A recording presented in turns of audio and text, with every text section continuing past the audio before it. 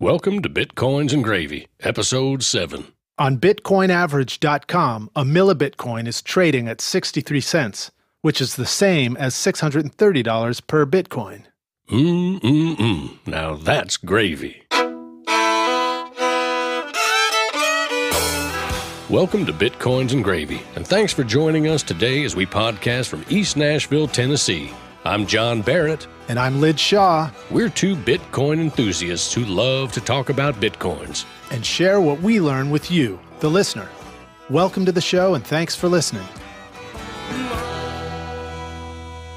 In the first of two shows from our trip out west to the Texas Bitcoin Conference, we feature interviews with some of the great minds and innovators of the Bitcoin community. First, we sit down for an information-packed interview with Anthony Diorio, Executive Director of the Bitcoin Alliance of Canada. Anthony talks to us about Toronto's Bitcoin Decentral, exciting new tech innovations, and Bitcoin Expo 2014 coming up in April, and featuring Bitcoin's own Andreas Antonopoulos as the Master of Ceremonies. We also get to speak with Kyle Kerbegovich, the charismatic host of our favorite video podcast, CoinTalk.ca, as he tells us about the Ethereum project and his involvement in this exciting new technology. Then, believe it or not, Lij takes off his shoes and goes for a run with the Bitcoin runner Jason King of Bitcoin Across America, who at the time of the interview was 1,150 miles into his run across the country from Miami to San Francisco, California. We also talk with Tony Gallippi, the founder of BitPay, about his partnership with Shopify and some important tips on how to create a Bitcoin zone in your own town. And finally, we had the great pleasure of meeting and shaking hands with Andreas Antonopoulos, who spoke to us about the importance of the arts in our ever-expanding but tight-knit Bitcoin community. So stay right here for more from Bitcoins and Gravy. So on our trip down to the Texas Bitcoin Conference, John and I had a great time, and we got to use Bitcoin for the entire journey. The whole thing, man. Bitcoin all the way. I know, it was pretty cool. We bought our plane tickets on cheapair.com. And then, we stayed at the Hyatt Regency Lost Pine using a giftcard.com. Beautiful place. And I think I had to break out my credit card about twice to buy 2 cups of coffee on the whole trip, John. I'm pretty sure you had more than 2 cups of coffee, Lij. Well, anyway, here we go. Are we in the right place? We're trying to find the Technology and Conference Center for the Bitcoin Convention. Is this the right spot? No, what are you talking about? What? You don't know? We're in the wrong place? Yeah, I don't know what you're talking about. Bitcoin conference, we're really in the wrong place. Yeah. No. Oh. She's pointing that way. No, you go on to the paddock.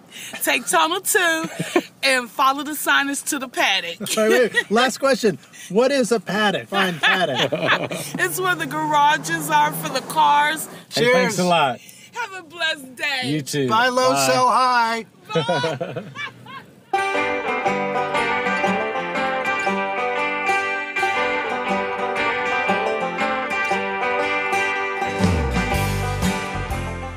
So here we are. We've just pulled up.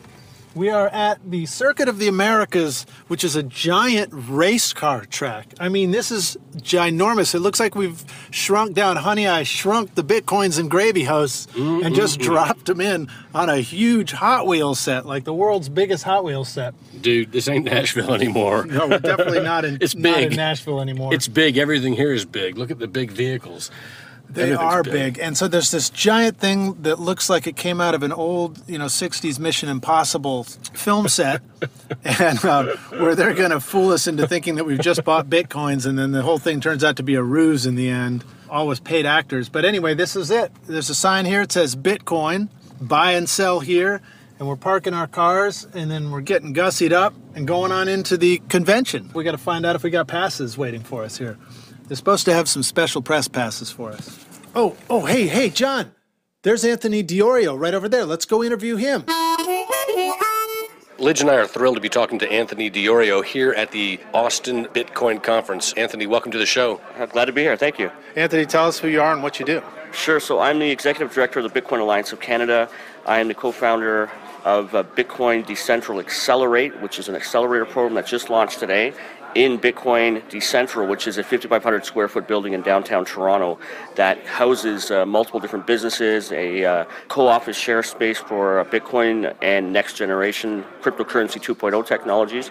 And the accelerator space is going to take up 2 of our floors, where we're going to have 9 different companies on a 3-month period pushing them through to develop next generation Bitcoin ideas and concepts, things like apps and things for Ethereum, things like projects for Mastercoin, all the next level Bitcoin. It's all about decentralized, so it's not Bitcoin central, it's Bitcoin decentral. Is that going to be a main topic of the Bitcoin Expo coming up here in April? So we're putting on the Bitcoin Expo in Toronto at the Metro Toronto Convention Center. Ethereum is going to be our platinum sponsor. We're going to be doing a hackathon similar to what's going on in Texas here, and the focus will be on next level cryptocurrency, just like what they're doing here. And we're hoping to use hackathons and things like that to funnel in teams into our program. So we're going to be offering, anywhere between $20,000 and $30,000 to teams to come work out of our space. And they're also going to get a bunch of perks as well from that. And we have a massive mentor list. So we've got the who's who in the Bitcoin space that's going to be mentors. We've got Eric Voorhees, Andreas Antonopoulos, we've got the guys from Open Transaction, the guys from Mastercoin, we got Charles Hoskinson, Vitalik Buterin, we've got a ton of guys, Tony Galippi from BitPay, that are going to be offering mentorship to these teams in their different fields. We've got some lawyers, we've got accountants on board. They're going to have to go through this whole list of achievables in a 3-month period, and then we're putting them in front of VCs to hopefully continue on and invest in them, and then push them out and bring in new guys. Wow, and you guys are doing a hackathon here today, right? Yeah, well, I'm involved in the judging of the hackathon. Ethereum didn't take part in this. We're focused getting our program ready and getting our project ready, so we didn't think it was the right opportunity for us to be involved in this one yet. But our coming out party for Ethereum is going to be at the Toronto conference. Okay, so this is kind of a call for all hackers, and what would you say to people out there who have the tech background? Obviously, that's not me and Lidge. And me neither. We're hacks, no, but we're not hackers. Yeah. So what would you say to hackers out there? Come one, come all? Yeah, I'd say come up to the event in Toronto, start thinking of ideas, start making calls out to companies like Ethereum and Mastercoin, BitShares, Open Transactions, see what they're looking for, get an idea in your head, and then come over to Toronto and start trying to push out projects. Nice. Yeah. So let's see. Tell us about CryptoKit. That was one of the things you spoke of. Yeah, so CryptoKit is the first extension wallet. It's a Chrome extension wallet installed with one click of the Chrome store, and it's the easiest wallet to set up. You move your mouse around, you got a wallet. No usernames, no password, no friction, no logging into web wallets anymore, copying and pasting addresses, because the unique thing is that it grabs any address on the page, pops it into CryptoKit in a bulleted list, and you select who you want to make the payment to. So you're no longer logging into a web wallet like Blockchain or the other ones online, going to a merchant store, copy and pasting an address back into your web wallet. You open up the little extension on the right side of your screen, you stay on the site that you want to make the payment on, it grabs the address, you hit send. Very simple, easy to use. It also has encrypted PGP instant messaging built right into it as well. So you're starting to get a social network that's built in that relies on client-side storage. So we don't know any passwords to the wallet or to your system. Everything is stored client-side in your machine. So we're not responsible for what you're doing. We don't know your passwords. We don't want to hold on to your passwords. Only you know it, and it's stored locally. So when you're sending a message, encrypted message to somebody, it's signed on your machine. It gets sent encrypted up to them, and then they unlock it on their machine. And you get little notifications and saying, hey, you got new mail, and it's completely secure and cannot be intercepted. Wow, that's heavy. So it sounds like you're trying to take out the centralized trusted network out of the system of doing wallets. So rather than a cloud wallet, it's sort of like living on my own browser, and the other person's wallet is living on their browser, and we're doing the transaction directly. Is that exactly. Right? And well, the way it works is that we use a brain wallet system, okay? Brain wallets are basically phrases or codes that you just store in your head. There's no file associated with it. So you can go anywhere in the world, install CryptoKit through Chrome, put in your phrase or your brain wallet there, and you've got access to your Bitcoins. Now, do I have to have a brain in order to use it? You'd have to be able to come up with a phrase that's not going to be something that's not normal, that's ever been written down. You can come up with something very unique. Like today I'm talking to the guys from Bitcoins and Gravy at the Texas Bitcoin conference, and we're talking about CryptoKit. That's a phrase that's never been mentioned in your life. Right. I can take that phrase, go anywhere in the world, pop that into CryptoKit, and now you have full access to your wallet. We're also a directory for Bitcoin sites.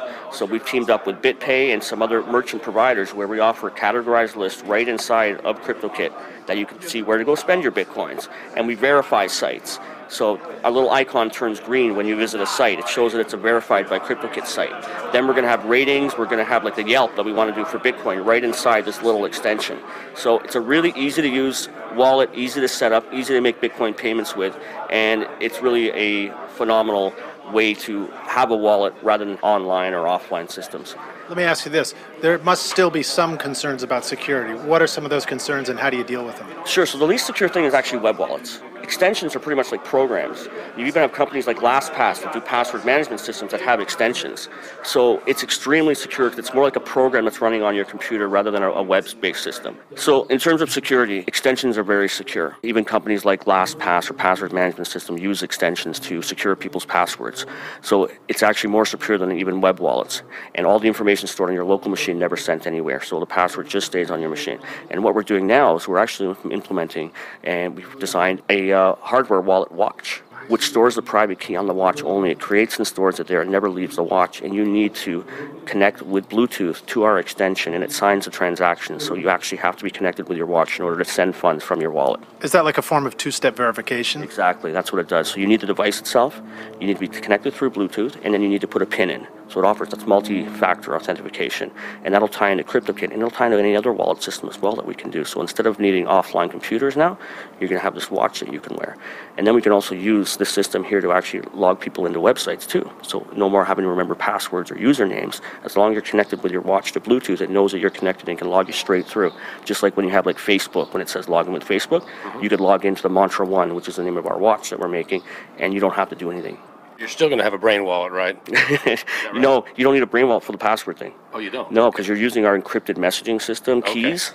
That Okay. key will be stored on your watch, and that's actually what you need in order to log in. I see. Yeah. Nice. Now, is there any danger if somebody steals your watch? Well, they'd have to know the PIN as well, and it's also made that if you were to try to break open the watch, it actually disintegrates. Yeah. Wow. Nice, man. This is like- James Bond stuff, It's like right? Mission Impossible. Yeah, Mission Impossible. Exactly. Yeah. So right now people are using offline computers, and they're wasted computers that never touch the internet, and that's how they sign transactions. So it's basically this brick that people are using, and they have to go buy a computer and never let it touch the internet, and that stores your private key, and you have to sign a transaction via a USB key from your hot computer to your cold computer, then bring it back over. This will make it very simple because it connects through Bluetooth. Type in the code, send funds. That's a lot cheaper than buying a computer. Nice. So if I understand you correctly, you don't even need to buy a computer. You could go use the one at the library as long as you got the watch, because you can still use any browser to Yeah, send well- and receive from your CryptoKit wallet. Yeah, so what you do is you usually have a hot computer, and then you have the cold computer. The cold computer stores your private key. The hot computer initiates transactions, and then you have to take it to your offline computer in order to send funds. So that thing is very secure. It stays somewhere that you know no one can get into it, and it doesn't touch the internet, so that you don't have to worry about any viruses or any keyloggers or anything like that. So you still need your hot computer, but all you need to do is just be sitting at your desk. It's automatically connected. I guess what I'm asking is, do you need to own the hot computer, or could you use any browser on any hot computer? Yeah, you can use whatever one you want. You can go anywhere in the world just with that watch. Install CryptoKit, put your brain wallet in there, and sign transactions, or do your password management system. Yeah. Do you envision the watch being an expensive item, or is this something that's very affordable that just about anybody could get a hold of? Yeah, it's going to be probably, we're going to price it somewhere around $150. So less than an iPhone. Yeah, and less than a computer that you're going to have to get. Nice. So I know we're getting ready to start here, and you need to be there. I do the Toronto Bitcoin meetup group. We got about 700 members. We meet every single Wednesday. We get about 100 people. We do tons of presentations. We funnel people in through there. I've got an ATM, the first ever in Toronto, the first one made by a Canadian company. So it's the first Canadian-made ATM. I got 6 more on the way. So that funnels people into our business. We get volunteers left, right, and center that are helping us out with the expo. I've got teams back there right now getting things all prepared while I'm over here, and all volunteers. And people are just so passionate about this thing that's Bitcoin. That's just going to revolutionize and change payments. Wow, that's really cool. So we could see you up there in Toronto in, a couple of weeks? April? I'm hoping you guys come up. We're hoping to also. What are the dates of the expo? 11th through 13th of April, the Metro Toronto Convention Center. Yeah, is it going to be warm up there yet? I think it's going to be what we're having right here in Texas, which has been, actually it's pretty sunny right now, but it's been a little chilly. People want to communicate with you. Anthony, what's the best way for them to reach you? ADORIO at bitcoinalliance.ca. That's ADIIORIO at bitcoinalliance.ca. Great. Hey, thanks so much for taking time to interview with us. Yeah, thank you very much, Anthony. Nice to finally meet you guys. Hey, thanks a lot.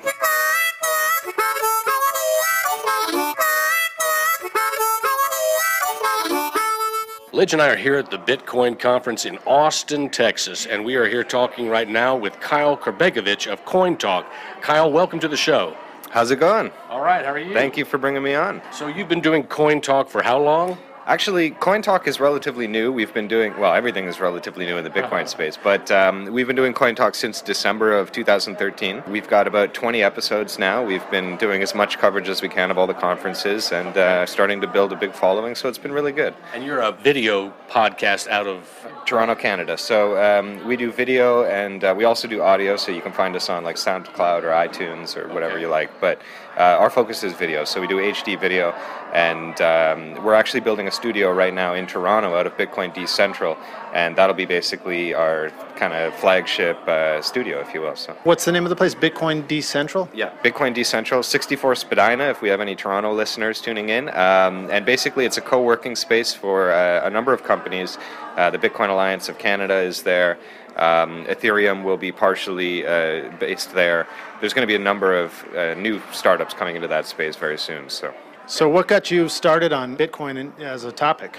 Well, I feel like a jerk in that sense because I knew about Bitcoin when it was $3. I knew about it again when it was $60. I knew about it again when it was $266. And then finally I bought in just under $300. That's a little bit like me, buy high, sell low. Yeah, exactly. I wish if we knew how the market was going to react, we'd constantly be making money, right? So it's got to be an equalizer of sorts. But so I got into the Bitcoin space.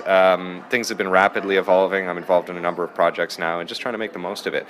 I just left my film job, actually, because I come from the film industry, and so now I'm full-time in Bitcoin and full steam ahead. So, I was just outside and you showed up with Vitalik Buterin and, these other guys. And for me, having only seen you guys on YouTube or elsewhere online, it's like seeing these celebrities, Andreas Antonopoulos and you guys. And it's just really exciting. Now, how did you happen to arrive with Vitalik and his crew? Well, I'm actually staying in the same room as Vitalik and Gavin, who are from Ethereum. Basically, Vitalik I had met in Toronto some time ago. I met him through Anthony Diorio, and then basically we went to Bitcoin Miami to do the Ethereum release of all the information. The explainer video that was shot, we're working on a little teaser right now, so I've been the one who's been producing all of those. And basically, I'm handling the media side of things for Ethereum. So I got to know Vitalik probably... known him for about a few months now, but he was one of the first guys in Toronto showing up to the meetups, and so he met Anthony, and then they've been kind of working together, for quite some time. So being privy to seeing what's happening with Ethereum in the background constantly has actually been really encouraging. I believe in the Ethereum movement. I think it's going to change the game, as it were. It's hard to say exactly what it's going to look like in 6 months, or a year, but I think it's going to be a very radical shift. So, can you tell us a little bit about what Ethereum is? I mean, as a newcomer, I don't know anything about it. Explain it to me if you would. Sure. I'm not a coder, so I'll do my best to explain it from the implication side of things, but the general idea, I always explain Ethereum by saying, well, what can Bitcoin do? Effectively, Bitcoin can send, right? In order to receive, you need somebody to send. So looking at the blockchain and looking at like a global ledger, effectively, that's been radical in the sense that we have Bitcoin and we can move money all around the world and, all that sort of jazz. But that's not enough for the financial realm. That's not enough for multiple types of transactions or multiple services that need more than just send functionality. And so Ethereum will be the platform, effectively, that allows you to create all sorts of meta layer principles that can do all sorts of transaction types. Ethereum uses a complete scripting language, and so the idea with Ethereum is that you'd be building contracts, and these contracts would be powered by Ether, which is the currency. So you could actually set up decentralized autonomous organizations or different protocols that are going to act in the market without any centralization, and as you pass Ether through them, effectively they'll execute. So is that something that's built on top of Bitcoin, or is that sort of its own blockchain network somehow? It's not going to be built on top of Bitcoin, but it's taking some of the principles from Bitcoin and spinning them into something completely new.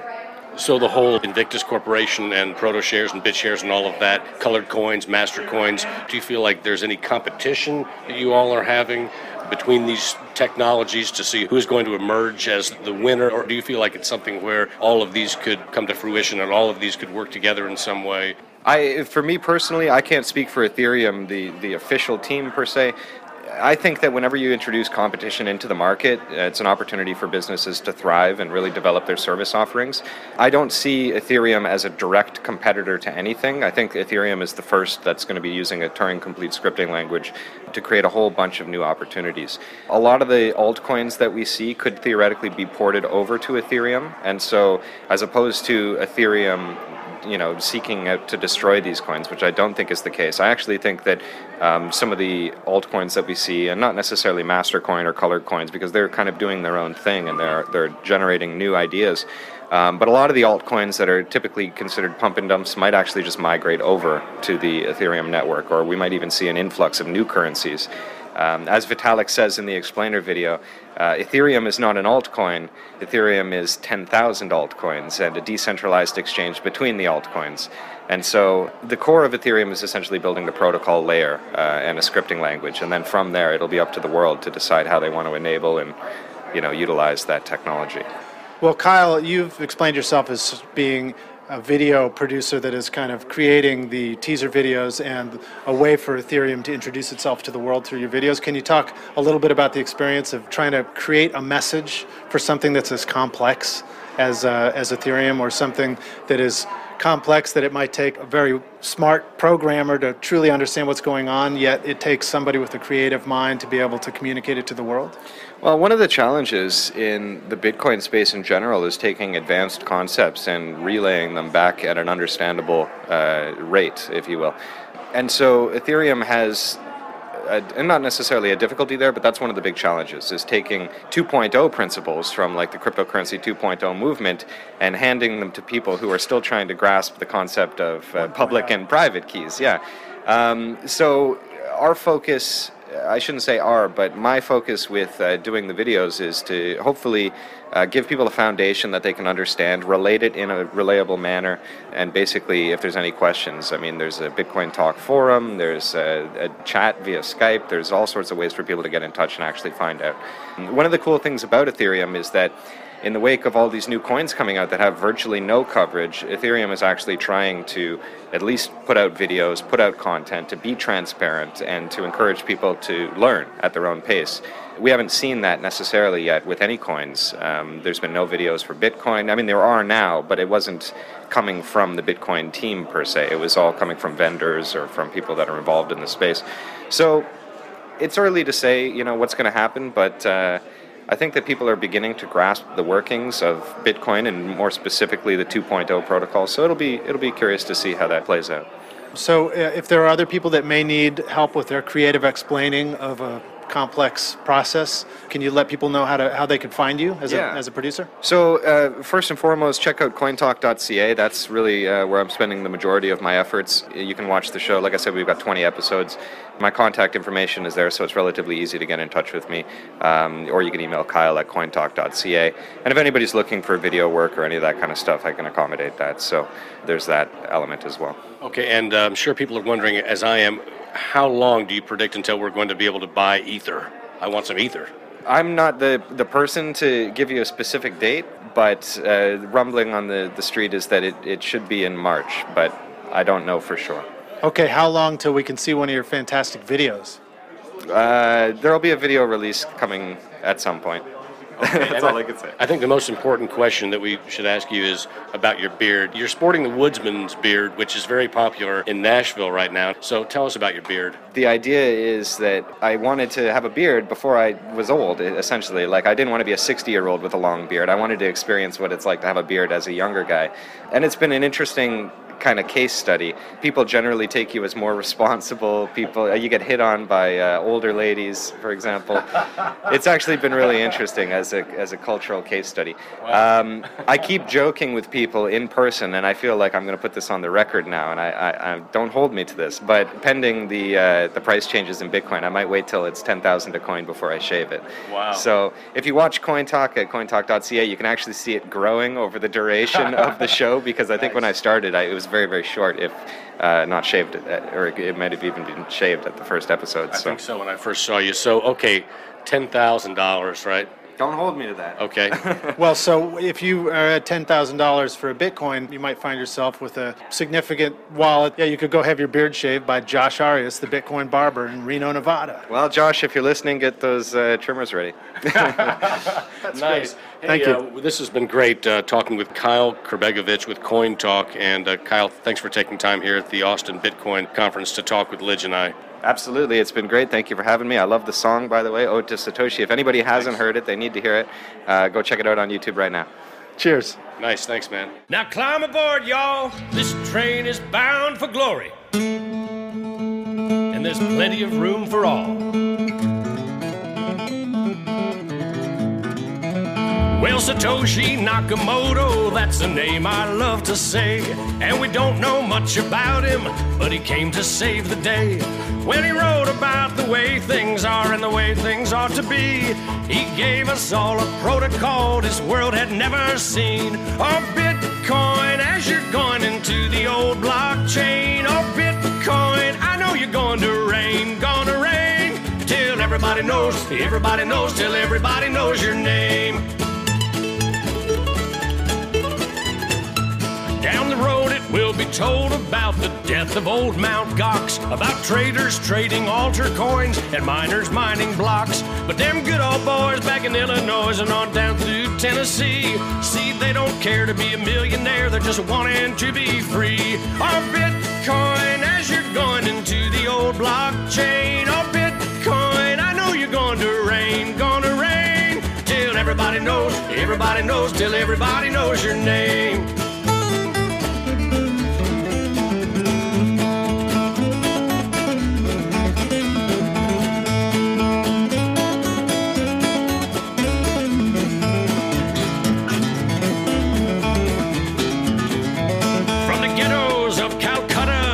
Halls of Parliament, while the bankers count our money out for every government.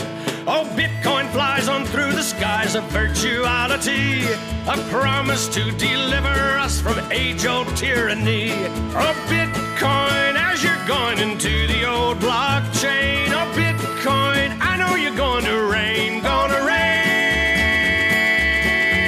till everybody knows, till everybody knows your name. Till everybody knows, till everybody knows your. Give me some exposure. Everybody knows your name. Sing it. Oh Lord, pass me some more. Oh Lord, before I have to go. Oh Lord, pass me some more.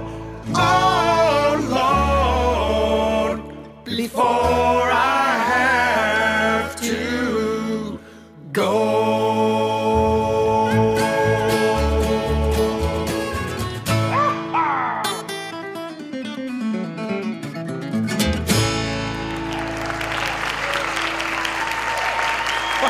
Thank you, East Nashville. Y'all be good to each other out there, you hear? So I'm here at the Texas Bitcoin Conference, and I'm here with Jason King, and we've decided he's generously agreed to conduct an interview by going for a run with me. Yeah, let's see how long talking and running works out. For sure. So Jason, tell me a little bit about what you're doing, and you're basically, if I understand correctly, you're doing quite a lot of running now, and it has a lot to do with Bitcoin and helping people. Yeah, for sure. So I'm doing what's called Bitcoin Across America, which is I am running from Miami Beach, Florida to San Francisco, California. I started on January 26th, and I'm about 1,132 miles into the run. Wow, can I just point out for listeners, a reminder that that's an awfully long way to run? Yeah, it's a ridiculous amount of miles, actually. So I'm averaging about 34 miles a day, and I'm trying to break it into 2 chunks. I get up in the morning, first thing, go out and run for a while, stop, eat with my family, hang out with my kids, and then go to finish the rest of the distance for the rest of the day. So would you typically be driving to no location, and then you'd sort of do a loop run from wherever you are? Yeah, basically I just run down the map, and then my follow crew, which is my wife and children, would come pick me up at the end of the day. Excellent.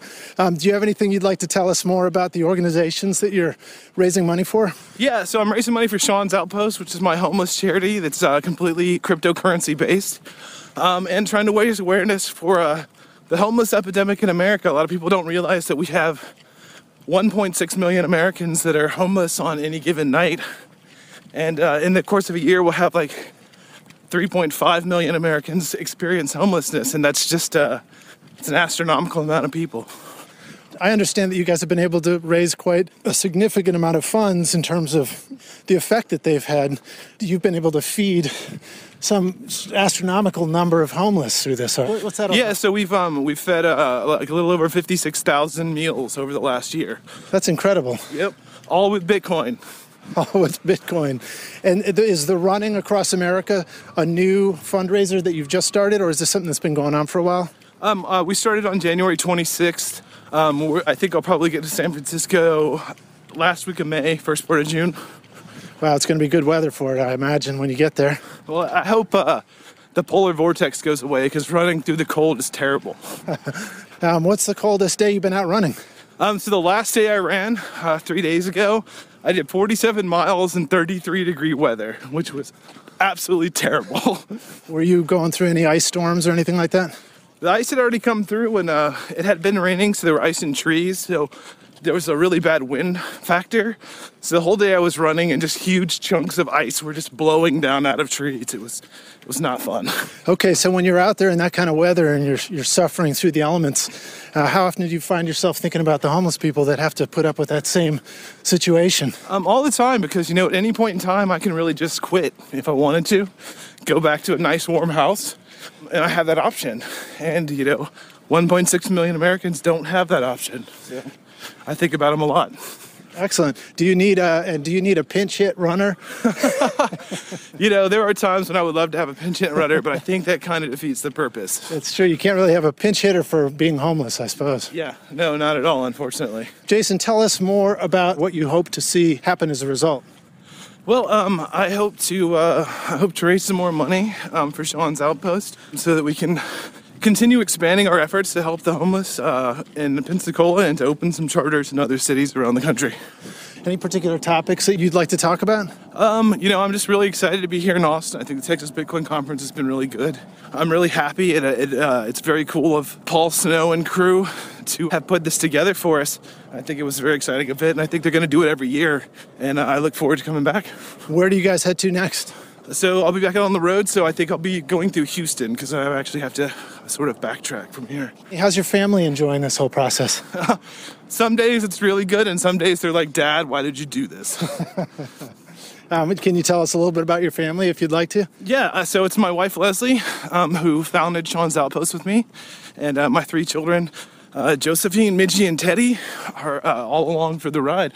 That's great. So tell our listeners, again, how they can find you. So the run is bitcoinacrossamerica.com, and my charity is Sean's Outpost, SEANS Outpost.com. Well, thanks very much for joining us, Jason. It was a pleasure. Thanks, man. I think running and interviewing has been an interesting experience. Awesome. Well, hopefully we'll get a chance to check back with you again later and do some more running. All right, thanks for having me. Cheers. Are you going to do a long run now, or are you going to just take it easy?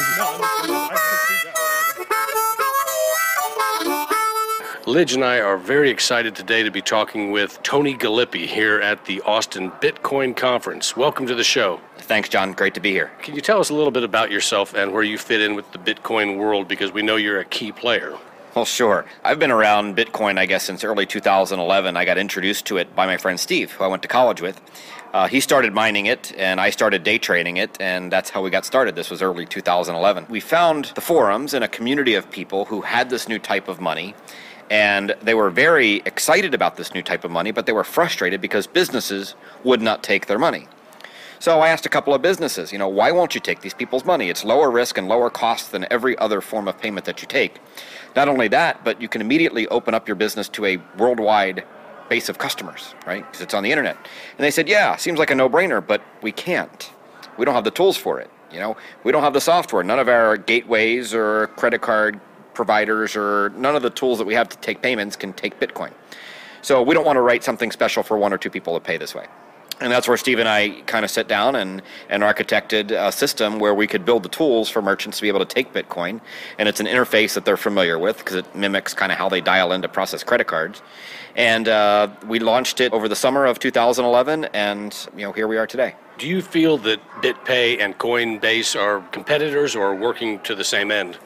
Well, I think we all have the same goal, and that's to increase awareness and adoption of Bitcoin. We tend to only focus on one thing. We just do merchant payment acceptance, and we do that, I think, very well, probably better than anybody else in the world. The guys at Coinbase are really good at helping people link up their bank account to buy and sell Bitcoins. That's the one thing that they do best.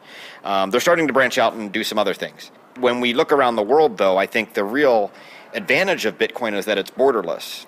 And so, we just opened an office in Argentina, and we're going to be opening an office in Europe. It's actually open now, but we're not going to announce it until the end of the month. Wow. And so I think we're starting to see companies really understand that this is a global currency. Whether it's backed by anything or not, it doesn't matter, right? It's the internet. It works anywhere. You can send money from here to China just as easily as you can send it to somebody in the same room. And that's what merchants are most excited about. Yeah, I think we're all working towards the same goal. I mean, we have a chicken and the egg problem, right? Merchants don't want to accept it until there's a lot of people asking for it, and people aren't going to get excited about it unless there's businesses that accept it.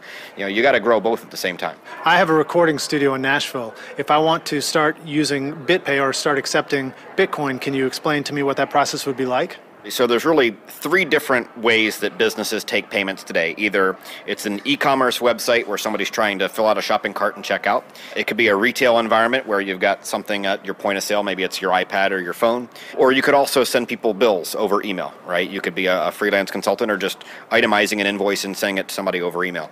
So we've got tools to help you accept Bitcoin in all three of those situations. Absolutely. We'd be happy to set you up, and then you would have the choice whether you wanted to keep all the Bitcoins that came in, or if you wanted to get settled in dollars to your bank account, we can do that too. We can even let you choose a percentage split on a little slider bar to determine, well, maybe I'll take 5% Bitcoin or 10% Bitcoin and the rest in dollars. And we have some merchants that do that as well.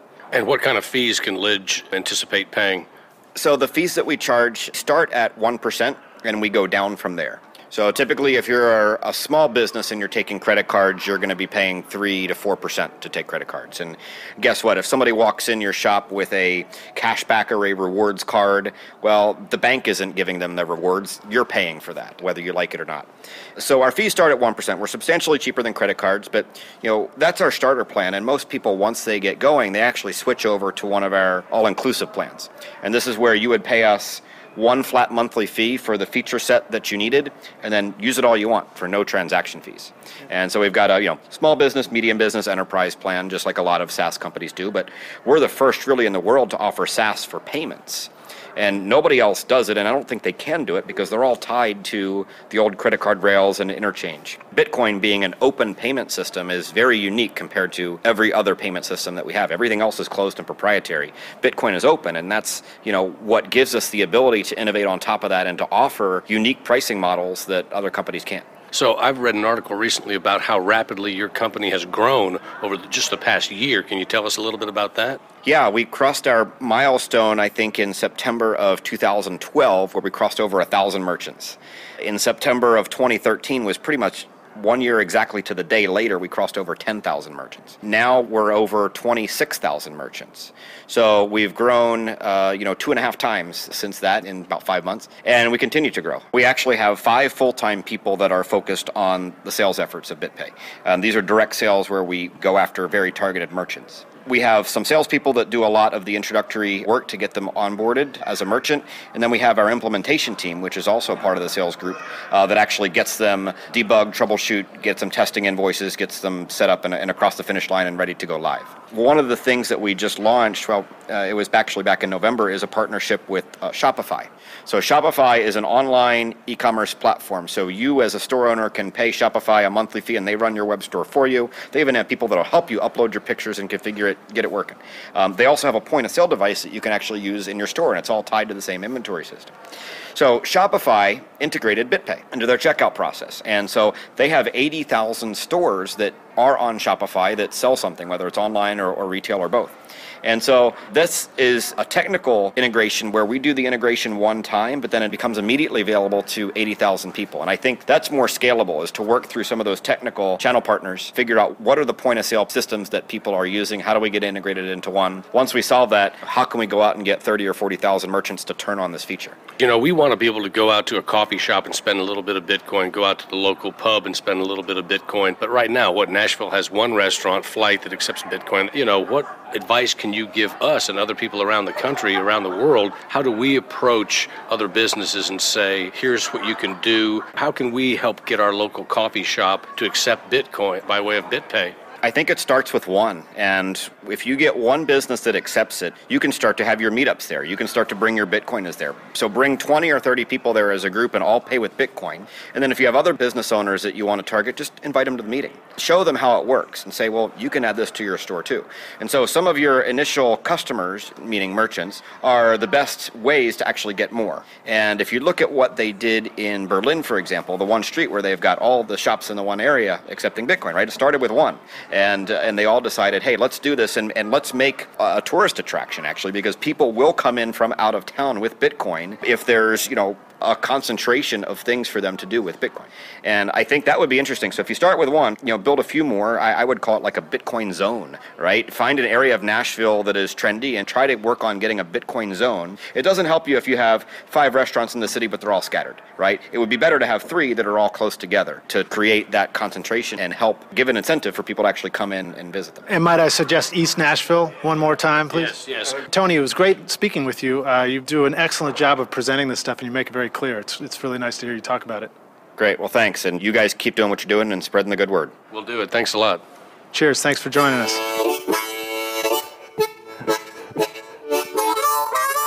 So right on. We're here at the Texas Bitcoin Conference on the floor, and we're here with Andreas Antonopoulos. Thank you so much.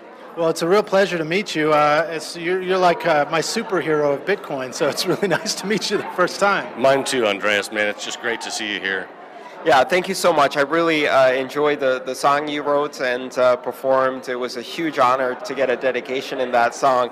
And, I've been saying for a while that Bitcoin is more than a technology, it's a community. And every community needs the cultural components and art, music, comedy, all aspects of building a community and getting the spirit of the community, because this isn't just about technology. There's principled action behind that, and getting that message out to people in the form of music is brilliant. So thank you so much for doing that. Oh, yeah, it was our pleasure. And, one of the other reasons that I mentioned you and dedicated the song to you as well as to Pete Seeger is so that people hearing the song that maybe are not that familiar with Bitcoin, they would then hear that name, Andreas Antonopoulos, and think, well, I've got to find out who this guy is and what he has to say, because we don't have a better spokesman than you. Well, thank you so much. I mean, my secret is actually to be relatively lazy about my job. What I do is I talk to as many people in the community as I can, and then I take their brilliant ideas and their insights from the local community, because the people on the ground, the people using Bitcoin every day in different environments, in different cities around the world, they know what Bitcoin means to them. And all I have to do is take all that information and write a rough draft and give it to a highly talented editor, and magic happens. The trick is get a great source and get a great editor and do as little as possible in between. Nice. Of course, we've also heard you interviewed live, and like you're doing right now, and again, it's just the words that come out of your mouth are just like gold, and I think we're not the only people that feel that way, right, Lidge? I mean, I think that's universal at this point. Yeah, I would agree with you that Bitcoin being built on a community is what it's all about. Yeah. And I'm happy to be part of a community where you can be the spokesperson and we can be the comedy. Yeah, thank you so much. I mean, this community is full of incredible people who are passionate, people who are committed, people who want to see change in the world. And every single day I find myself in an environment where the people around me are much smarter than I am, and I can learn from them, and that's the best place to be for me. Do you mind if we ask you a kind of a silly question about what we heard on the news today from the horrible rag called Newsweek about they found Satoshi Nakamoto? Could you comment on the silliness of that in your opinion? Well, I've always thought that the best thing we could do is leave Satoshi Nakamoto alone, because First of all, he, she, or they explicitly tried to remove themselves from the public eye. I think it's irresponsible journalism and rather crass to go out and seek someone who has a desire to remain anonymous and out them in such a fashion. I think that's unconscionable, especially since nothing good will come from this. I mean, here's a person who gave something to the world with no intention of profiting from it, because nobody expected this to explode the way it has. And the only thing that will come out of it is that they are going to get smeared like the media does to anyone. The problem with Bitcoin is that people have difficulty understanding that a decentralized currency and a decentralized asset ledger has no main actor. It has no authority. You don't have to trust anyone. You don't need to care about the motivations or incentives of the person who created it any more than you need to care who Euclid was for creating Euclidean geometry. You know, you can still use it regardless of who created it. It's pure mathematics. I think the same thing applies to Satoshi Nakamoto. So I would much rather that Satoshi remains anonymous. I have no idea if this person is Satoshi. I hope it's not. And I hope they're able to retain their anonymity and privacy, because at the end of the day, it really doesn't matter. It makes no difference who Satoshi is. Considering the fact that Satoshi from the word go wanted to be anonymous, again, Satoshi being he, she, it, they, isn't it unlikely that Satoshi Nakamoto that we know, the inventor of Bitcoin, the internet protocol, isn't it unlikely that that entity would have called themselves by their real name? Well, who knows? I mean, you know, sometimes these things have the simplest explanation. The thing is that to us now, it all seems obvious in hindsight, and it's huge, but the reality of it is that when it was created, it was just an experiment, and nobody expected it. Even the people who were intimately involved in cryptocurrencies for 20 years. I spoke recently, I did an interview with Adam Back, who's the father of cryptographic currencies. He invented Hashcash, the proof-of-work algorithm. He was one of the people invited to mine with Satoshi in 2009, and he only bought his first Bitcoin in November of 2013 at more than $100. Why? Because even people who are within this industry did not expect it to succeed as it has. And so I wouldn't be surprised if even Satoshi didn't expect this to unfold the way it did. And, you know, I hope we leave the person alone. Yeah, so with your reference to Euclidean geometry, you're suggesting that given a lever long enough and a fulcrum point that Satoshi Nakamoto could move the world, or that he would not have chosen to himself personally?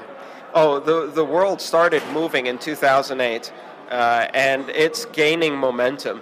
And that bandwagon, if you like, is rolling. And there's absolutely nothing in my mind that can stop probably Bitcoin, but certainly nothing can stop cryptocurrencies. So, you know, the world is going to have to adjust to a new reality where people have choice for currency. And in making that choice, all of those who are threatened by cryptocurrency will have to find one of two positions vis-a-vis the bandwagon. They can get on board, or they can get run over. Nice. And can I ask you real quickly about your travel schedule? You're traveling, I assume, all over the world now? And how is that? Is it taxing? Well, I mean, it's not taxing because I'm doing something that I love. For the first time, or one of the few times in my life, my work and my principles are perfectly aligned, and there's nothing more empowering than that. I'm having the time of my life. I'm enjoying every moment of this, and it's so inspiring. It's so fulfilling to visit all of these communities and see how they see Bitcoin as a force of change, as a force of good in the world. And so I'll keep doing it for as long as I can. I'm traveling a lot. I'm mostly trying to visit communities, especially in the developing world, where Bitcoin can have its greatest impact. We live in a world where a small minority of the population have access to international finance, liquid credit, international markets, the ability to send international wires. The other 6 billion need this far more than we do. And so I think this will be hugely important for the rest of the world. And we have the opportunity, even in simple ways with things like remittances, to uplift 1 billion people out of poverty now, not in the decade, but just in the next few years, by changing the parameters of sending money from migrant and itinerant workers back to their families in the developing world. And that stuff has an immediate impact. It uplifts communities, it creates water and sanitation and education and healthcare in places that desperately need these things. So to me, those are the driving forces behind Bitcoin, and so I hope to spend as much time as I can visiting developing worlds, visiting the local communities, and seeing how they're using Bitcoin to change their lives. If you ever need a musician to travel along with you and sing Ode to Satoshi, I'm there, man. Thank you so much. What you guys are doing is really important, and I applaud you for it. And I hope to hear you perform live today at the Texas Bitcoin Conference. We'll be doing it shortly here at the lunch break. Andreas, thank you so much for joining us on the Bitcoins and Gravy show, and we would love to speak to you again in the future. Yeah, absolutely. I'd be delighted to do that. Great, thank you. Thanks a million, man. Hello. Hey, Hi, how may I help you? well, we couldn't find the Bitcoin conference. We never found it. Really? Was there really one here this whole time? You know what? I think that's maybe next week. You little rascal. man. We were trying to get one back on you, but you're too smart. You know the game, right? We'll see you first thing in the morning, In Paula. the morning. Name? Paula Bell. Paula Bell, very nice to meet you. John and Lidge. Nice to meet you, Hey, John and Liz. we have a radio show. It's called Bitcoins and Gravy. Really? Yeah, it's on iTunes. Okay. Go check it out if you want. Yeah. If you don't, it's fine too. Yeah, and it's called what? Bitcoin? Bitcoins and Gravy. Bitcoins and Gravy from East That's all I Nashville, have Tennessee. To just Google it? Or? Yep, Yeah, you'll find it. you'll find it. All right. And maybe you'll be on it. Who knows? All right, Paula Bell. Y'all have a blessed evening. All right, cheers. Thanks. You I'll see too. y'all early in the morning. We'll See you then. All right. Keep it safe for us. We would like to thank our guests on today's show, Anthony Diorio, Kyle Kerbegovich, Jason King, Andreas Antonopoulos, and of course, Paula Bell for showing us the way. And a special thanks to Tony Galippi of BitPay. To find out more, visit our show notes at letstalkbitcoin.com. Thanks so much for listening. We greatly appreciate your time and attention. Hey, Lidge, let's also give a special thanks to our friends in Southern California listening in on station KCAA 1050 AM. Tune in Mondays at 5 p.m. Pacific Time to hear new episodes of Bitcoins and Gravy. And make sure to catch more great shows from the Let's Talk Bitcoin Network airing all week right here on KCAA 1050 AM, or download the podcast from letstalkbitcoin.com. Listeners can find our show notes at letstalkbitcoin.com as well as our tipping addresses there. And you can also check out the full cast of Let's Talk Bitcoin shows that includes one of our new favorite podcasts, Sovereign BTC, hosted by the ever well-informed John Bush. And if you have questions or comments, please email us at bitcoinsandgravy@gmail.com. And remember that Lidge and I will be bringing you back for day 2 of the Texas Bitcoin Conference next week, where we talk with more luminaries of the Bitcoin community. Thanks again to Adam B. Levine with the Let's Talk Bitcoin Network and our listeners for your tips, which allowed us to attend this great conference. And remember, now you can call the Bitcoins and Gravy hotline. Call us at 615-208-5198 and leave us a message with your comments or questions. That's 615-208-5198 on the Bitcoins and Gravy hotline. That's right. Call today, 615-208-5198.